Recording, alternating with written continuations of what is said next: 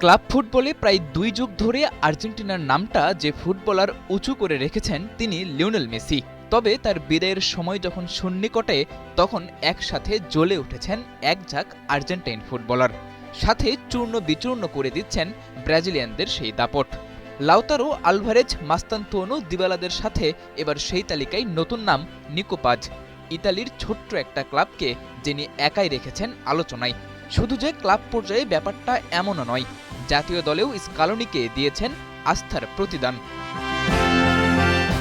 মাত্র ২১ বছর বয়সে এই আর্জেন্টাইন ফুটবলার চলতি মৌসুমে ছাড়িয়ে গেছেন ইউরোপিয়ান ফুটবলের বড় বড় সব তারকাদের। গোল ও অ্যাসিস্টের সম্ভাবনা তৈরি করা ফুটবলারদের তালিকায় নিকো পাজের অবস্থান সবার উপরে, যেখানে তারপরে নাম আছে Kylian Mbappe, Vinicius Junior, Pedri, Bruno ফার্নান্দেজের মতো তারকা সব ফুটবলারদের। শুধু একটা রেকর্ড দিয়েই নিকো পাজকে আলাদা করা সম্ভব নয়। এসব রেকর্ডের বাইরেও নিকো পাজ মাঠে থাকা মানেই যেন ভিন্ন কিছু। ক্লাব ও জাতীয় দল মিলে তার খেলা সবশেষ ৫ ম্যাচের একটাতেও হারেনি তার দল।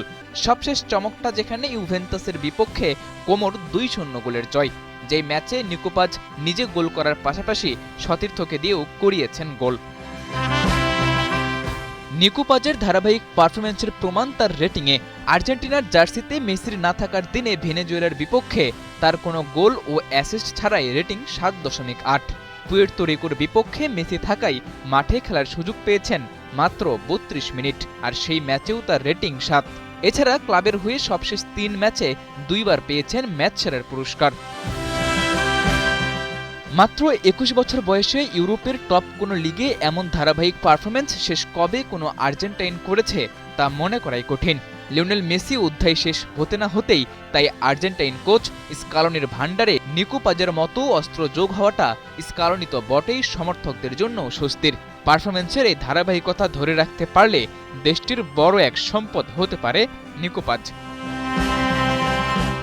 সাদাতুর রাফি, ৭১।